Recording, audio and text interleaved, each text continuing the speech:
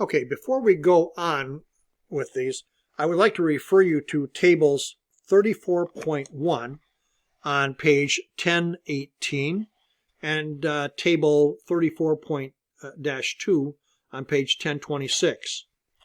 While the lens maker formulations is extremely important, the sign conventions and whether the image is real or virtual is a key consideration.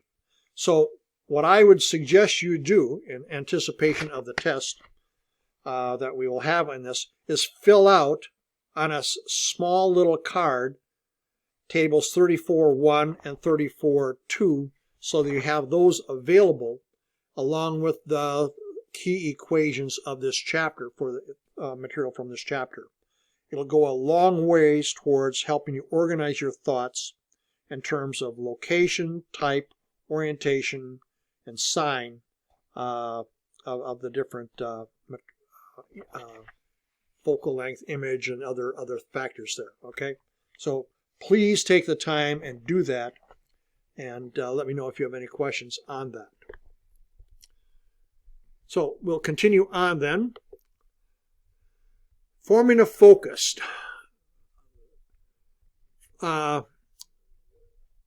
This part right here, C, shows a thin lens, and you can see how thin that is compared to some of the other ones, with a concave surface. Okay, this is caving in, and caving in on this side as well.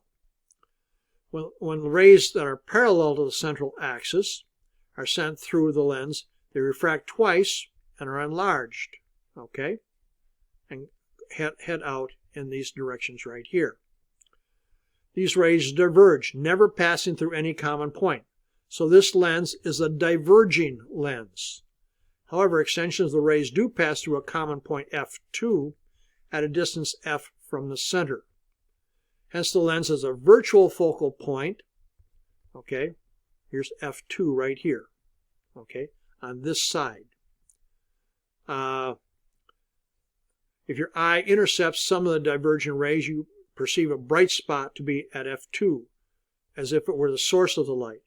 Another virtual focus exists on the opposite side. It's symmetrical if the lens is thin. Because the focal points of the diverging lens are virtual, we take the focal length to be negative. Okay, it's a negative focal length for this type of a lens. Now, you have other ones right here. Here you have one that is convex on both sides, and a ray that is initially parallel to a central axis of the axis will pass through point F2. Ray initially passing through the focal point, okay, will emerge from the lens parallel to the central axis, and a ray initially directed at the towards the central axis there has no change in direction and just keeps on moving. Figure B shows how the extensions of those of the three special rays can be used to locate an image. Note that the description of ray 2 requires a modification. It's now a ray whose backward extension, okay, backward extension of these gives you that image there. Okay. And then let's continue on. Here we have a two-lens system. If we're sitting on an object, object is sitting here in front of us. You've got one lens here. You've got another lens here. What they do is they go through and they break this up into the different parts so that some of the possible are sketched in this system. The figures are not drawn to scale. In each, the object sits to the left of lens 1, right here, but it can be inside or outside the focal length. Although tracing the light rays through any of the two lens systems can be challenging, we can use the following simple two-step solution. Okay, that's going to be on the next slide. Step 1, neglecting lens 2, use the thin lens equation to locate the image for I1 produced by the first one. So for this one right here alone, the image would be produced right here. Okay, determine whether the image is on the left or the right-hand side of the lens. Okay, and in this case it's on this side, and this case and here it's on the other side. Here it's okay, and then whether it's real or virtual, and whether it has the same orientation as the object. Okay, so is it upside down or it has the same orientation? The top part of figure A gives an example. Okay, so here what you're doing is you're showing what your length is here and where your image is here, outside the focal length, and then it's located here, it's upside down. Here they're both inverted, and P2 is negative. So here's outside the focal length, and here's inside the focal length. And so you can see just how it works through the very different cases here. Step 2 is neglecting lens 1. Treat I2, intensity 1, as though it is the object for the lens 2. Okay? So you're treating the object, what you determine the first step, as the object for lens 2. Use a thin lens equation to locate the image of I2, produced by lens 2. This is the final image of the system.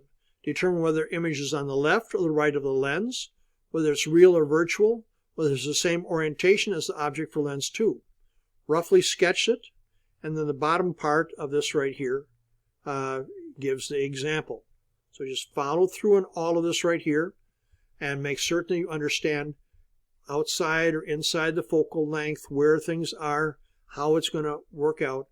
But essentially what you're doing is you're treating each lens separately. First you're solving with lens 1, then using the image as if it were the object for when you are working with lens 2 to come up with the final one that you end up with. So a thin symmetrical lens provides an image of a fingerprint with a magnification of plus 0.2. When the fingerprint is 1 centimeter farther from the lens than the focal point of the lens.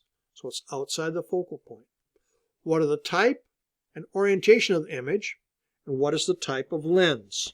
Okay, so for this one, what it's going to be, because of the location, it's going to be a virtual image, and the orientation of the image is going to be the same as the object, and it's going to be diverging lens.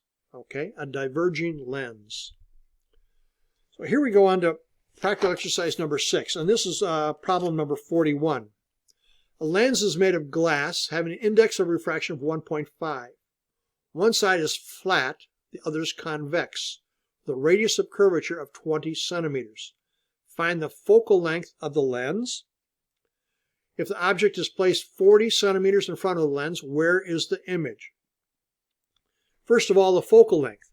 The focal length is just going to be determined using the lens maker's equation, right? And then you're going to solve that one to find out where the image is.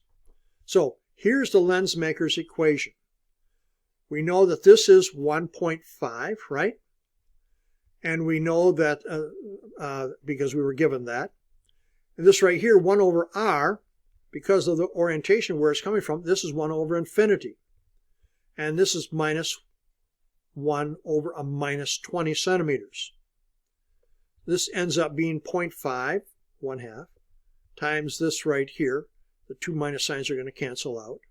So you have 1 over 40 centimeters, so that means the focal length is 40 centimeters. Now what you want to do is you want to convert it, use this equation right here. By the way, these are two of the very important ones, along with the magnification equation for this particular chapter. Here you have, you know this value. You're now talking about at 40, where is the image? So it's 1 over 40 centimeters equals 1 over 40 centimeters plus 1 over I. So 1 over I equals 1 over 40 minus 1 over 40, which is 0. So that the image is out there at infinity. Okay? And here is practical exercise number 7, which is problem 42. A figure is gives a lateral magnification of an object versus an object's distance. Here's your magnification value right here. Okay, as the image moves along the central axis out to PS, and this right here is 20. What is the magnification of the object? And the object is 35 centimeters. Okay, so the first thing you do is combining these two equations, the magnification equation and the focal point one, you end up with 1 over I, or I equal PF over P minus F. So that the M over I over P equals M, means that MP equals minus I, or minus I equals minus PF over P minus F equals MP, right? So M, the magnification, equals F over P minus F,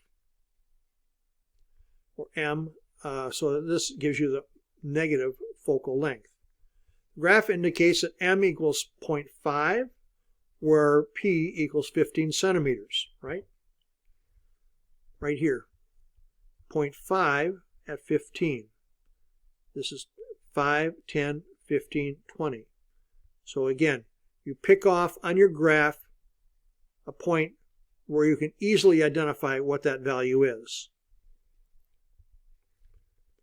And so that means 1/2 of 15 centimeters minus F equals minus F. So at 7.5 centimeters equals the focal point divided by 2 with a negative sign. So the focal length equals minus 15 centimeters. Going back to the magnification equation right here, it's 30, that's times 35 minus a minus 15 centimeters equals minus a minus 15 centimeters. So that M equals 15 over 50, or it's 0.30 for the magnification. Okay? And that one was worked out in a fairly straightforward manner. Okay, continuing on. A movie camera with a single lens of focus, focal length 75 millimeters, takes a picture of a person standing 27 meters away. If the person is 180 centimeters tall, what is the height of the image on the film? Okay, so let's go through that. Here we have the same equation, 1 over F minus 1 over P equals 1 over I. Means that I equals PF, P minus F.